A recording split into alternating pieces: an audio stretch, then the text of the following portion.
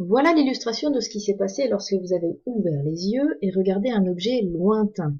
Je vous rappelle que les rayons lumineux qui arrivent d'un objet lointain sont parallèles entre eux, ainsi ils arrivent sur votre cristallin et convergent directement sur votre rétine. L'image est nette. L'image en rouge se situe bien sur la rétine, au niveau du foyer principal image.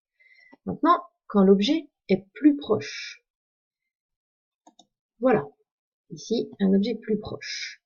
Dans un premier temps, les rayons lumineux pénètrent dans votre œil et convergent, mais ils convergeraient derrière votre œil. Vous avez donc une image qui est floue, sensation que vous avez perçue en faisant la petite expérience. Qu'est-ce qui s'est passé au bout de une fraction de seconde? Voilà ce qui s'est passé dans votre œil. Ce phénomène s'appelle l'accommodation. Et voilà comment vous avez réussi à voir net. Regardez l'image qui finit par se former sur la rétine. Néanmoins, que s'est-il passé?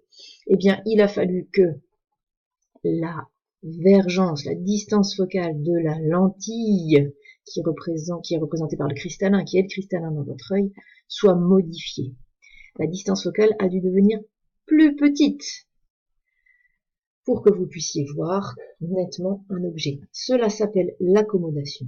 Ça veut dire que, au niveau de votre cristallin, qu'est-ce qui s'est passé? Il est devenu plus convergent. Sa vergence a augmenté.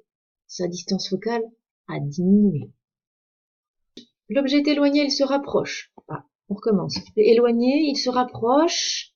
Regardez ce qui se passe au niveau du cristallin. Il est éloigné. Regardez le cristallin au fur et à mesure que l'objet se rapproche. Il se bombe. Il devient plus convergent. Sa distance focale devient plus petite.